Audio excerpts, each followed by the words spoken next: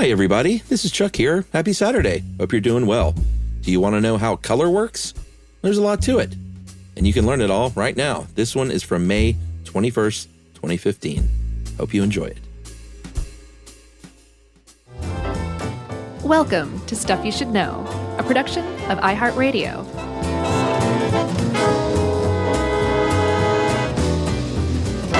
Hey, and welcome to the podcast. I'm Josh Clark with Charles W. Chuck Bryant and Jerry, and it's Stuff You Should Know. Colors. And Technicolor. Yeah. Which is really something to see. Technicolor? Yeah. Yeah, imagine what it was like back then Oh, man. when it debuted. Just melted people's eyes, I'll bet. Probably did. You're like, wow. How you doing? I'm great. I'm glad to hear that. Yeah, how are you? I'm good. I'm tired, but I'm good. Yeah? I got up pretty early to study. Oh, yeah? Uh-huh. Had to get up early to make the cheese? Yeah. What? Oh, you know, it's just a saying. Got to make the cheese. Wait. Who's saying? Yeah, make the cheese, make the sausage, make the donuts. I've heard make the donuts. You never heard make the sausage? See how the I've sausage heard you is don't made? want to see how the sausage is made. Yeah, just pick anything. Make the cheese. I don't think so. Cut the cheese? Milk what the I'm cow. People get up early for that, so I guess there's that association. Have you ever milked a cow? No, have you? No, I was talking to Emily about that the other day because we went horse riding and I'd never ridden a horse before. Oh, yeah, it's pretty neat, huh? It's my new favorite thing. Yeah. It was amazing how awesome it was. Did you jump over anything on the horse? No, but we trotted up a hill. Did you shoot a bow and arrow? No, I almost fell off though. Did you? Yeah, when he trotted up the hill, I got kind of loose in the saddle, as they say. Yeah. I was like, whoa, okay. Well, that's exactly what you should have said is whoa. Well, no, he was going uphill, so I had to just keep on trucking. Really? Yeah, I didn't want to stop him. Good for you, man. He was carrying a load. I felt bad for the horse. I'm sure he was fine. Yeah, he was all right. Yeah. What was his name? Oh, man. Now I'm kicking myself. Like a horse. Because I called this horse by his name the whole day, and now I can't remember. Calvin? I thought we'd bonded. I guess I was just pretending.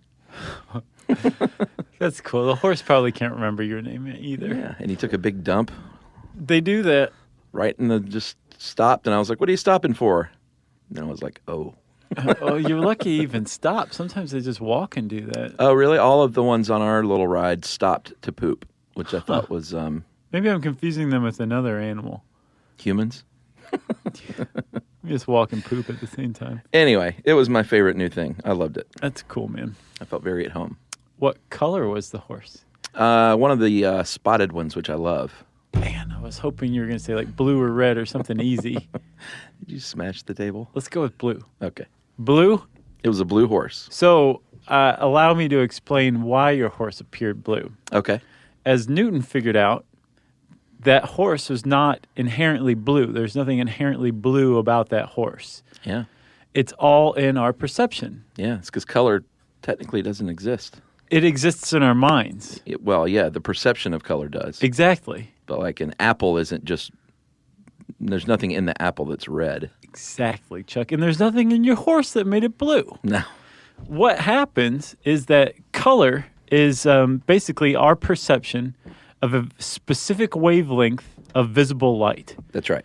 And visible light is just part of the electromagnetic spectrum that includes everything from microwaves to radio waves to gamma rays to...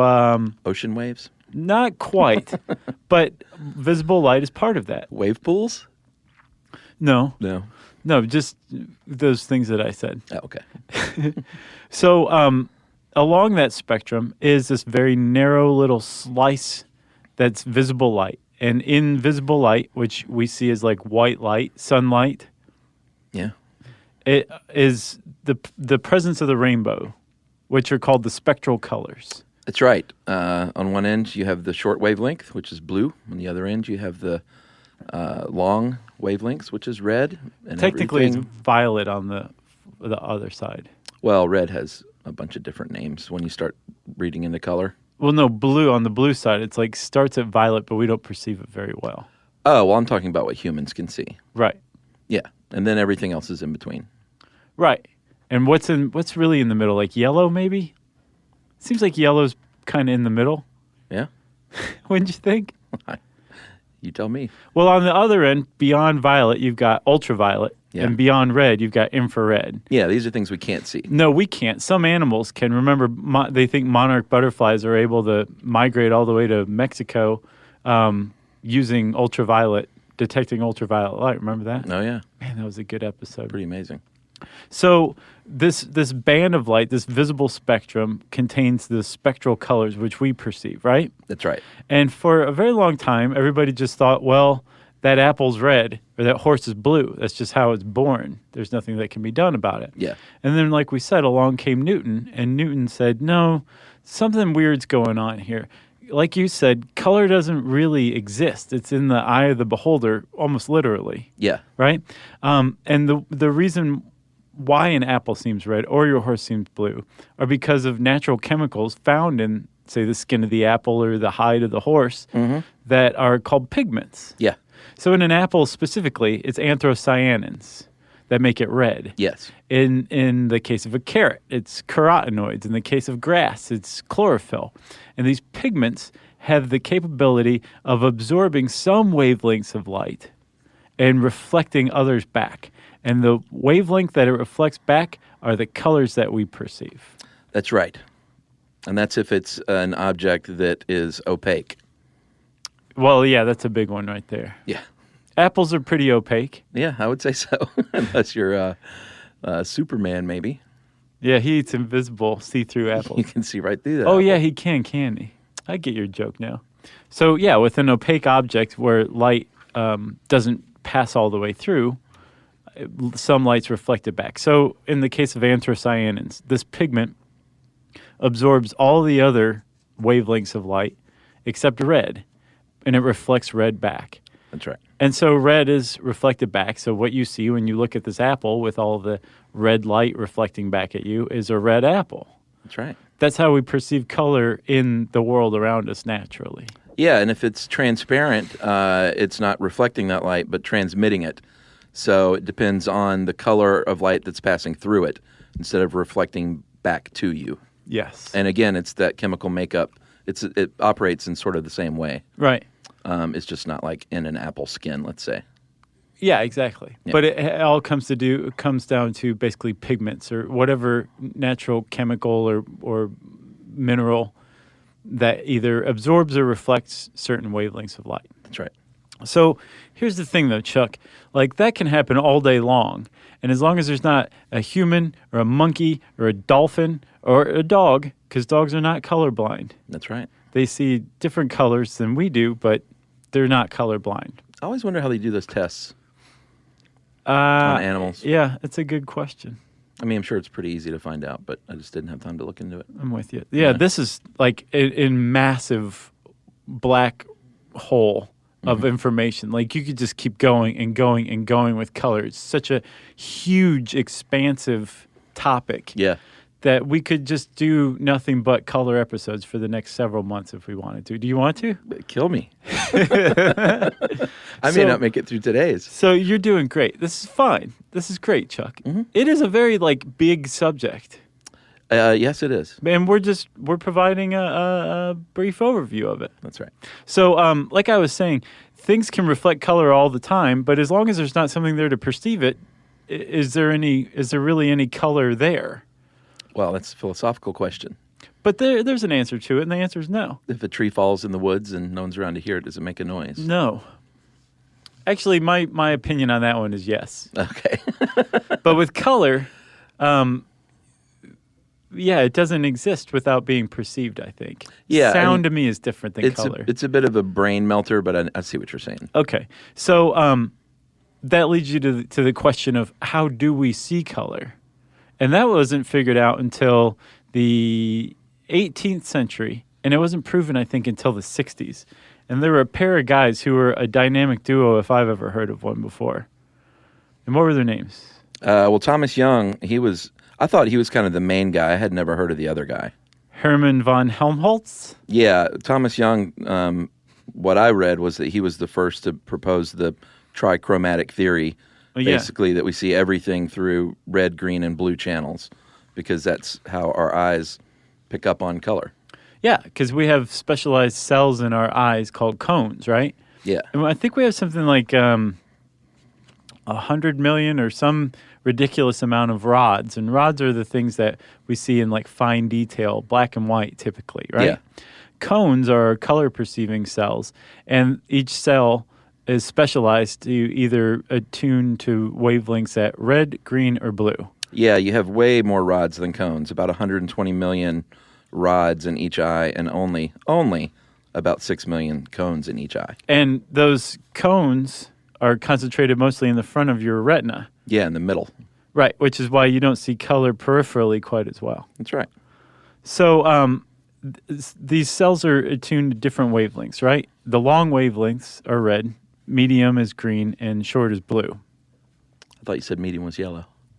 No, that's in the middle. Oh, okay. Right. So medium is not in the middle? Well, as far as our RGB goes. Okay, gotcha. Okay? Yeah. And so with these cells, Chuck, if you're looking at your blue horse, what was his name? Calvin? The blue horse? Yeah, that was it. So if you're looking at Calvin the blue horse, you're getting a lot of information from short wavelength light. Yes. Not so much at the long or medium wavelengths, right? Right.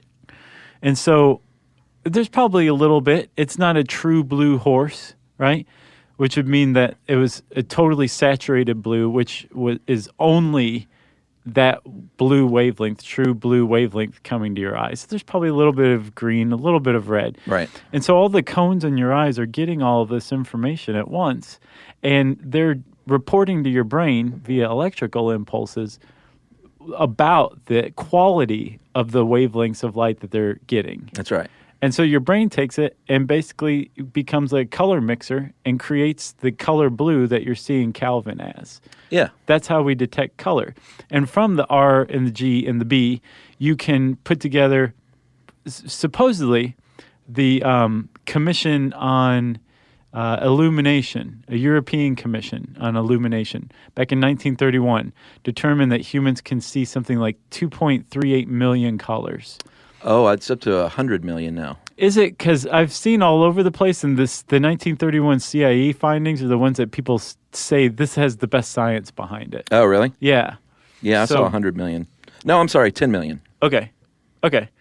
The other thing about the CIE is that people say, well, this was only under certain types of illumination. I think 3 different types of illumination. Right. So it is entirely possible if you change the intensity or whatever, you're going to have brand new colors. So 10 million's reasonable. Okay. That's a lot of colors that we can see, all from the red, the green, and the blue cones coming together, and your brain adjusting them and seeing, oh, well, that's burnt sienna. I knew you were going to say that. Did you? Yeah, that's sort of the go-to joke color, right? It is. It's a pretty jokey color. It's a good one. Yeah, it's pretty amazing. 10 million colors. Or let's say it's 2 million. If you're going by the 1931 model. Yeah. You know? The CIE naming convention. Shall we talk about some of the characteristics of color? Yeah, but let's take a break first. This is getting heavy. All right. Okay.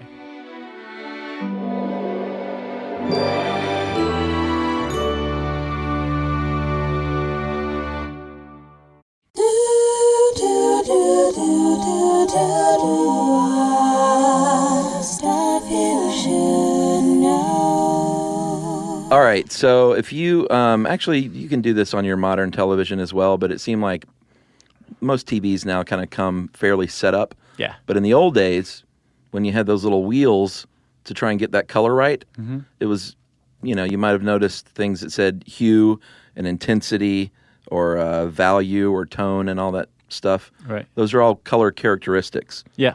And hue specifically is, that's basically what the color is. It's not the lightness or the darkness. It's, it's the greenness or the redness or the blueness. Right. That's the hue. Yeah, it's what you can interchange that word with color. Yeah, exactly. I like how they refer to it as the identity of a color. Yeah. It sounds kind of personal. The intensity is how pure it is. So, like we said, most colors are mixes. They bleed one way or the other on the wavelength. But in its purest form, a single wavelength, which is really rare, that would be the purity or the intensity of the color. Right. You're not going to see that very often, though. No, and I was wondering, like, that's pretty cool. There's some physics lab somewhere that can produce pure saturated green, like unadulterated green or unadulterated blue. There is, or are you just saying I'm sure There's there is? got to be. Oh, yeah. There has to be. Yeah, there probably is. That has got to be really something to see, to know you're looking at green, like nothing but green. I would like to see that sometime. Yeah, and I have, I'm not colorblind, but I have a more difficult time picking out other hues in a color. Yeah. Whereas Emily's really good, like when picking out paint colors, like that gray has this and this and this in it. And I'm like, really? Like, I see gray. Well, supposedly a lot of people have a color deficiency. I might have a slight color deficiency. And a lot of people without being colorblind. Don't realize it. Yeah. Well, yeah. So a lot of people don't realize that. They think that this color just looks like this and thinks everybody sees it that way, and that's not the case. And then it comes from a conversation where they're like, well, wait a minute. What do you mean you see a distinction between those? Well, but in my case, it's hues. It's not like I see a completely different color. Right. Or, black. Or everything just looks gray. Yeah. I did a brain stuff on color blindness. It's pretty interesting. Yeah, I went to research that one time for a show, and it just like bent my mind so much I quietly filed it away. So I'm sure you'll pick it next week. Color blindness? Uh-huh. Yeah. Value is the lightness or darkness of a color, and that's basically has to do with light, the energy of the light that makes it up. Yeah. And the value is... So hues, there's really just kind of a very finite number of colors, of hues, right? Yeah. And you think of like primary colors, which we'll talk about soon. But when you adjust something, when you adjust the value of it, that just creates a whole new range of colors. So if you add a little black to a color, what you're doing is shading it. Yeah. If you add white, you are creating a tint. Yeah. And then if you add black and white, a gray, you're toning it. Yeah. Right? And I think people interchange those words without understanding what they mean. Yeah, but they are definite, distinct things. Yeah. And we should probably say there's a lot of really neat sites on the internet. Pantone is a really good one. Yeah. Where you can go look at color wheels and things like that and see the distinction between these things and be like, oh, you mean pastels. That's another word for a tone. Yeah, and it's a lot of people really get into it because it's the basis of printing and art and photography and like every sort of art form. Well, not every art form, but many art forms boil down to color. So if you go to art school, you're going to study color pretty deeply. Yeah. Yeah. And one of the things you're going to study is color theory. And color theory is based on the idea that certain colors contrast one another, certain colors complement one another, certain colors should never be used together, and not that it's just, your instructor, Serge, saying, no, these colors don't go together. Mm-hmm. It's not just Serge's opinion. Right. These are objective facts as far as color theory goes. Sure. And it's all based on the idea that all colors fall into one of two categories. You have additive colors and subtractive colors. Yeah, and there's there's two distinct applications for both of these. If you're talking about a computer screen or a television, it's using light, so it's additive. If you're talking about paint or photography, that's subtractive. Right, so you can think of it this way. With additive colors, you're starting with black, and you're adding light to it, and ultimately when you add all these additive colors together, you're going to have white. With subtractive colors, you start with white, and when you add all these colors together, you're ultimately going to have black. And they subtract by absorbing one another's colors. Yeah, that's to create a bit of another color. Mind bender too, because with subtractive color, you're still adding colors, but it's not additive. Right, but you sort of have to wrap your head around that. Yeah, but they're subtracting wavelengths by combining colors and absorbing them, right? Yeah, it takes a hue out. So a really good example of subtractive colors is if you take cyan. Cyan absorbs orange-red, right? Right. So if you take cyan and you mix it with yellow, you produce green. And the reason that cyan and yellow produce green is because the cyan absorbs the red light and the yellow light. The yellow absorbs blue-violet, and so the only color that's not subtracted or absorbed is green. That's right. So green is produced from these other pigments absorbing all the other wavelengths. Yeah. And with it, additive pigments, it's quite the opposite. You have light combining to form new colors rather than absorbing. You're adding to it. Yeah, and like the apple is an example, like we said earlier, of a subtractive color system. Mm-hmm. And again, like a TV screen would be additive. Yeah, I think we got that. Yeah, I mean, it is mind bending. A little bit. Some of this stuff, I have to read like 10 times and then it sinks in. But the reason that all colors can be turned into either additive primaries or subtractive primaries is that these are the 6 colors of these. They're the 6 spectral colors. They're the rainbow colors, right? Mm-hmm. So additive primaries are what? Red, green, and blue? Is that correct? RGB. Yeah. And then the subtractive colors are cyan, yellow, and magenta. Yeah, I was going to say magenta. They're almost like bizarro colors. They're the bizarro world primary colors. When you think of primary colors, you think of like the red, yellow, and blue is what most people think of with red, yellow, and colors? blue were the traditional primaries, and they still are. But when it comes to like painting and printing, they've been replaced with cyan, magenta, yellow, and black. Right, CMYK. Yeah, when you go to your Clubhouse printer. Yeah. That's what you're going to be seeing. CMYK, or you can select RGB as well. Red, green, and blue. So Crosby, Stills, Nash, and Young. Right. Right. Or Crosby, Stills, and Nash. Yeah. Okay, that's the difference. That's a good rule of thumb, man. All right, so we mentioned primary colors just a second ago, and then we have our secondary colors, green, orange, and purple hues, which you get from mixing the primary colors. Right. And then you have something called tertiary colors, which is just furthering the color hues by mixing primary colors with secondary colors. Right, so the 6 tertiary colors and the 2 sets of primary colors, or the 6 secondary colors, I think, and the 2 sets of primary colors form the color wheel. There's 12 colors in the color wheel. Yeah, and tertiary colors are the ones that you'll hear like blue-green or red-violet. Yeah. It's like literally named the 2 colors. And color naming is another rabbit hole that you can go down. There's a site, man, I wish I'd written it down, but if you type in like who names colors or color naming or something like that in Google, like one of the first page entries is the site that you go through and it shows you different colors and you write what you would name that color. Oh, interesting. Butter yellow or something like that, right? And the whole, that was as far as I got. I'm like, well, I would call this butter yellow. And you got hungry. I had other things to do. But you can go through and just, I think it's like 10 or 20 different shades that they show you, colors that they show you. Mm-hmm. And the whole purpose of all this is to find some sort of commonality to create a universal naming convention for colors. Yeah, it makes sense. Because, there is a lot of distinction among languages for naming colors.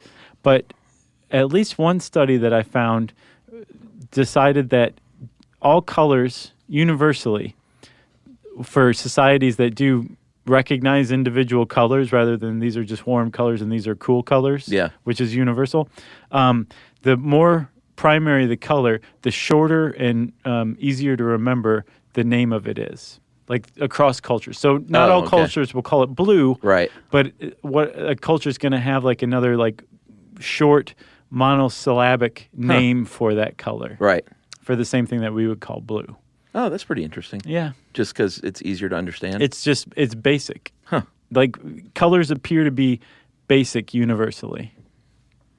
All right, I think we should take another break. Okay. And maybe come back and talk a little bit about how colors can complement each other and live in harmony and what that all means to us. Okay.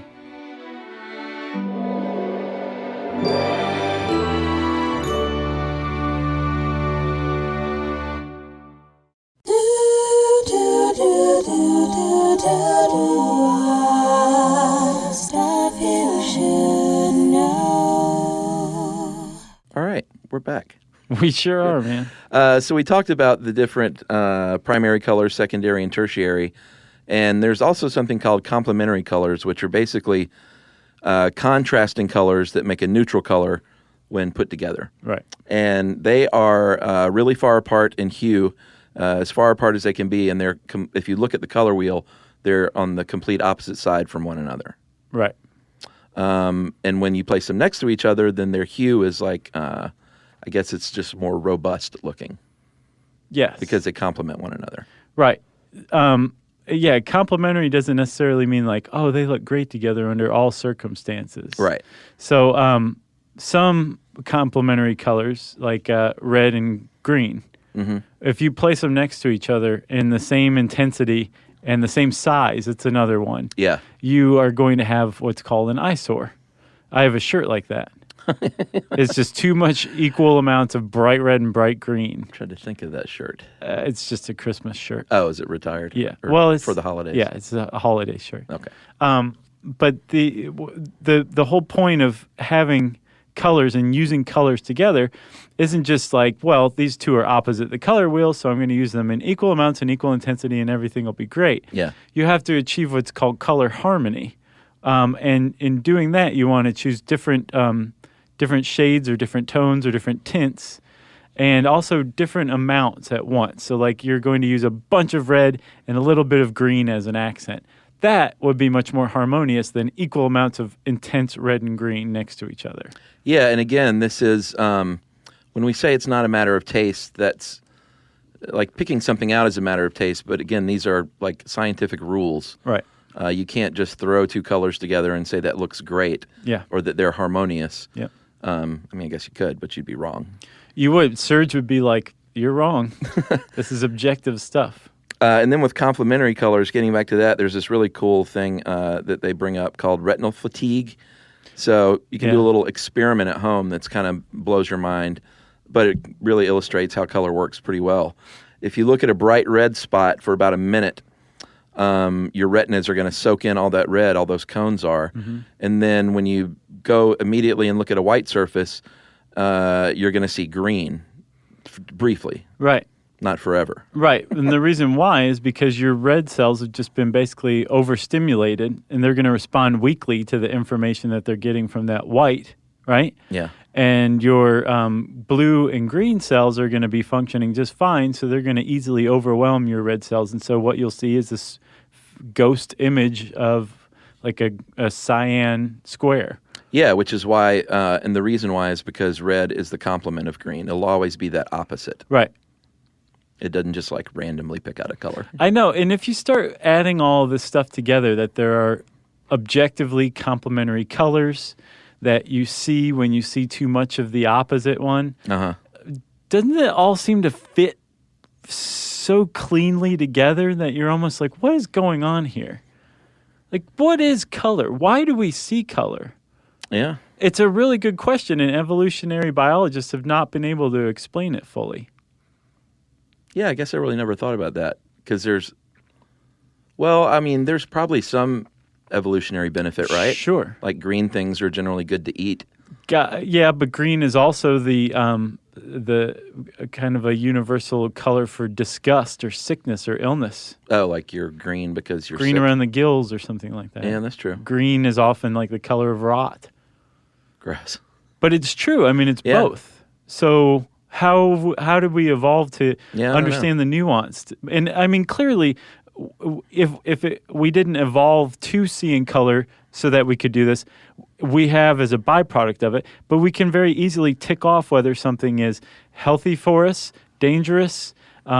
We get a lot of information about an object in our environment's quality and desirability based on its color. It's almost like a shorthand that our brains pick up. Yeah, and part of that is because we're conditioned after years of using green for go and green for safe passage and like red or orange for hazard signs and stop signs. Yeah. So part of that's conditioning. But as far as like going back many, many years before we made stop signs, I have no idea. Yeah. You know? It really makes you wonder. And even like the idea that pink is for girls and blue is for boys, that's a fairly recent development. Prior to, I think, the early 20th century, It was the opposite. Did we ever do that as a show, or did No, we? it was too short. I think we did like a video on it or something, didn't we? Maybe. I seem to remember that. But it was the opposite until like the 1900s. Interesting. Yeah. Yeah, that's interesting. It totally is. That's why you rock your pink shirts, Well, yeah. right? That's exactly why. That and fashion. So getting back to harmonious colors, if they are this is if you're like picking out colors in your house or whatever. If you're not very good at it, there are a few hard and fast rules. Colors that are, and get your little color wheel out. It's really handy. If they're side by side, they're going to harmonize well. And like we mentioned, colors directly across from one another, complementary ones, also go well in the right proportions. Because like you said, the size of it makes a big difference. Right. They point out in the article, I don't know if you've ever seen someone who's like painted their room red, like in college, some stupid roommate would do that. It's an assault on your senses because you're not used to seeing that much red. Right. But maybe an accent wall and a shade of red matched with a complementary color. You wouldn't want a red and green room, though. I guess green is complementary to red.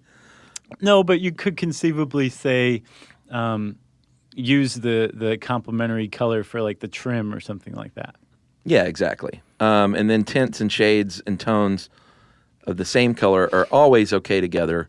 It's never going to clash, but you're just going to have to mess around with like how much of one compared to the other and what pleases your eye.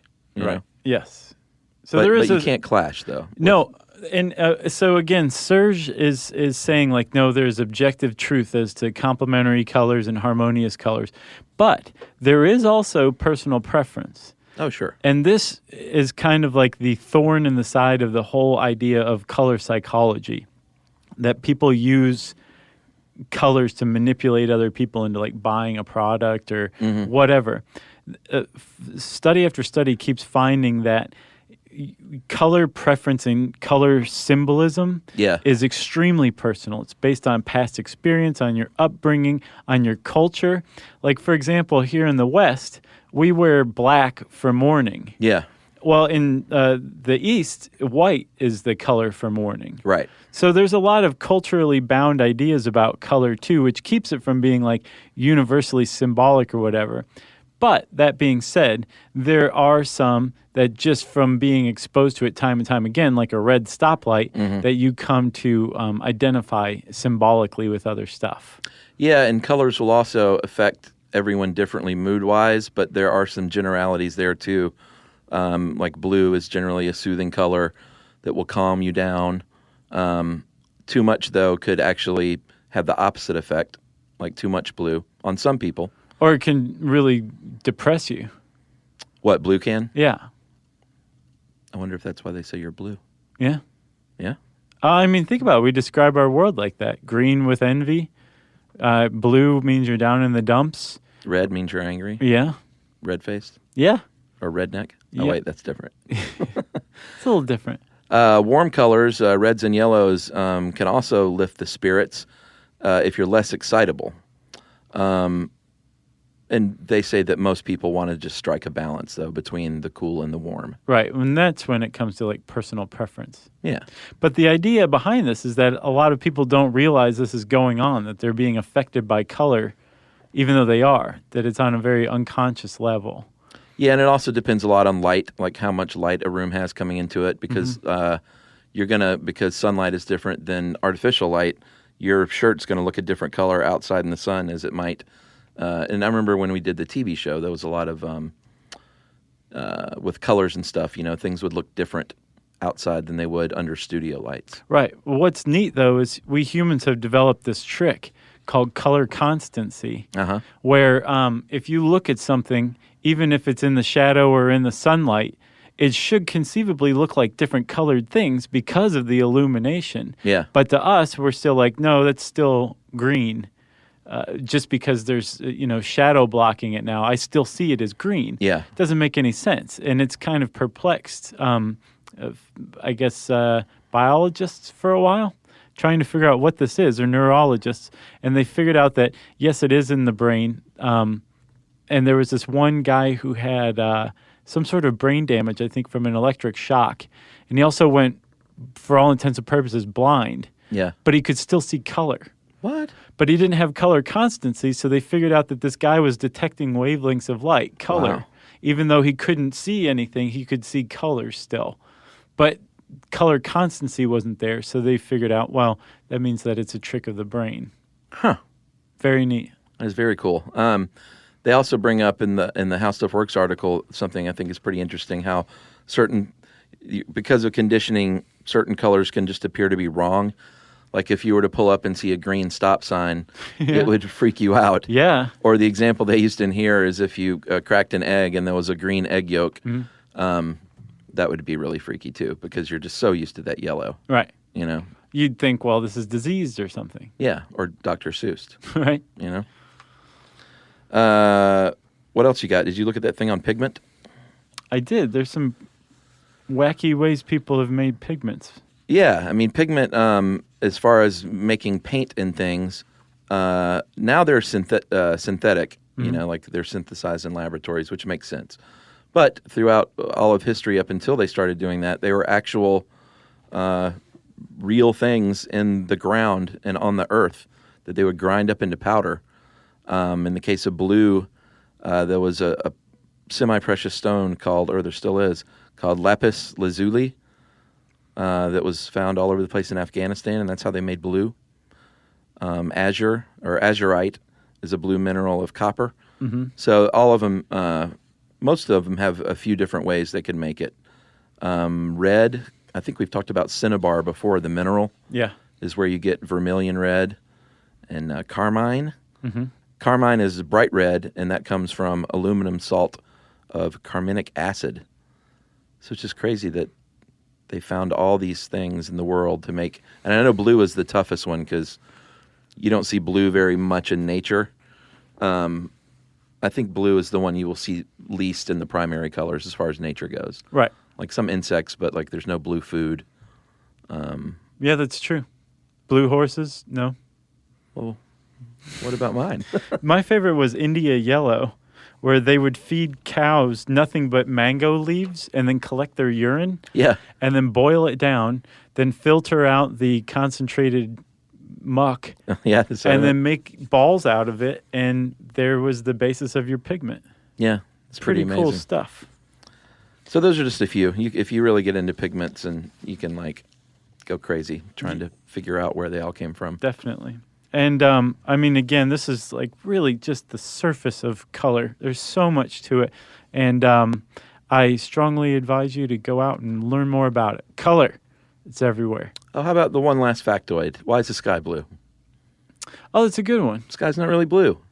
No, it shouldn't really have any color. Yeah. But the angle of the sun coming down on the upper atmosphere encounters things like water vapor and other tiny particles. Uh-huh. And they tend to scatter blue wavelength light more than the other colors, right? That's it. So that's just bouncing around at all points, which is why the sky is blue at, say, like noontime. Mm-hmm.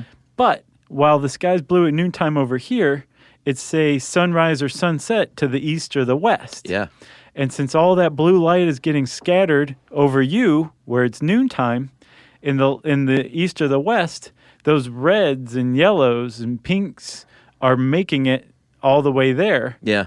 And the blue is not, which is why sunrise and sunset, it tends to appear reddish, whereas like midday appears blue. Yeah, it makes total sense. And when your kids ask you, why is the sky blue? You can tell them. You can tell them like the real reason. You can be like, color does not actually exist. Yeah.